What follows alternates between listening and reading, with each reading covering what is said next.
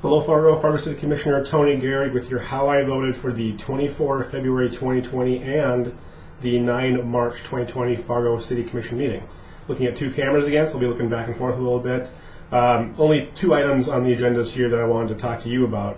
One was sewer assessments. So this is one of those cases where if you know anything about me, you know that I'm opposed to assessments. I want to rid the city of special assessments and do it a different way. And I put out there many different ways of doing it. We could have small fees on a monthly basis.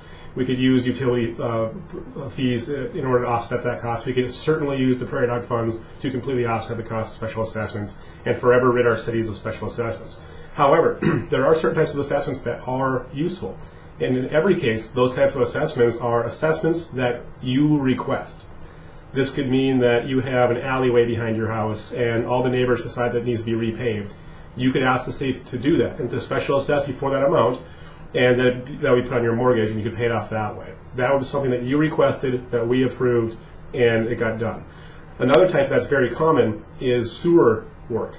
So the line that goes from your house to the road, when that breaks, and it often does, it can cost anywhere between $5,000 and $15,000 to dig up that line and put it in. Some people find it very useful, instead of going out to the bank and requesting a loan from them, to just have it special assessed to your home. And that is something that you request, we approve, and then you're on your way. It will be cheaper if you go to a bank, more than likely, because we do charge a percent above to do that. And we also charge engineering fees.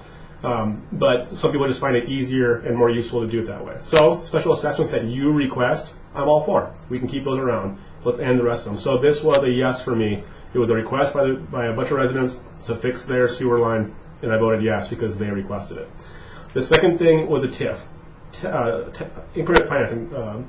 So what basically this is, it's a loan that we give to the developer to remove, garbage from a lot. So in this particular case, it was someone who bought a property in the Roosevelt neighborhood. There was blighted homes on that spot, so they asked for tax increment financing, a loan from the city to remove those buildings so they could build new buildings on top of that old building. They pay back the loan through what their assessments would be anyway, what their taxes would be anyway. So you pay your property taxes every year. You might pay $2,000, $3,000, $4,000 a year in property taxes. Instead of that going to the city and to the schools, vector control, to the parks, to the county, all other places, you're basically just paying back the loan you got from the city. So if you wanted to build a new garage in your backyard, you wouldn't, and you're paying your taxes, you wouldn't have to pay back that loan. You just keep paying your taxes the way you always do, and boom, you get a free garage. So that's basically what a TIF is. So they wanted $500,000+ from the city in the form of basically a free loan to build on top of these older buildings in the Roosevelt neighborhood. Now, I'm all for redevelopment. In this neighborhood, which is where I live, by the way, there's a lot of homes that need help, or they need to be gotten rid of and then built on top of. The point here is that the developers admitted that they overpaid for these lots because they wanted them. They fit what they wanted to do. They overpaid for them, and therefore they couldn't afford to remove all the debris, all the old buildings, and then build what they wanted to build because it was so expensive. So they wanted the city to chip in $500,000+ to help them out in free money, basically, taxpayer funded. It's not the responsibility of the taxpayers to bail out bad decisions by developers. If you overpaid for a lot, you overpaid for a lot. That's your fault. Develop somewhere else. If you find that you can't make money in these neighborhoods, then you got to go somewhere else. But what we've done is we've inflated the market so badly near downtown that people are overpaying for lots, knowing they'll probably get an incentive for that to redevelop it, and then they ask the city for that money, and then they get to develop their thing, usually an apartment complex of some kind, which is what this was, and then they get to make their money.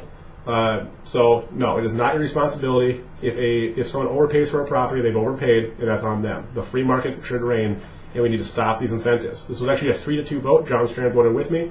John Strand usually votes against apartments if there's no low-income apartment incentives, if there's no low-income portion of that. So 10% goes to low-income housing or whatever, he'll vote for it then, in general. But he came along and said no to this one because it's not low. It was not low-income at all. It was very high-end. They overpaid for the property. They want an incentive to bail themselves out, but they ended up getting it. It was a 3-2 vote. So if you have any questions about TIFs, if you have any questions about this particular one in this particular case, it's not rare. Quite frankly, it happens too often, especially downtown. So we need to talk about it more and more. So tell your friends how this works, ask questions about it, talk to your city commissioners about it, and keep watching how we're spending your tax dollars. Thank you.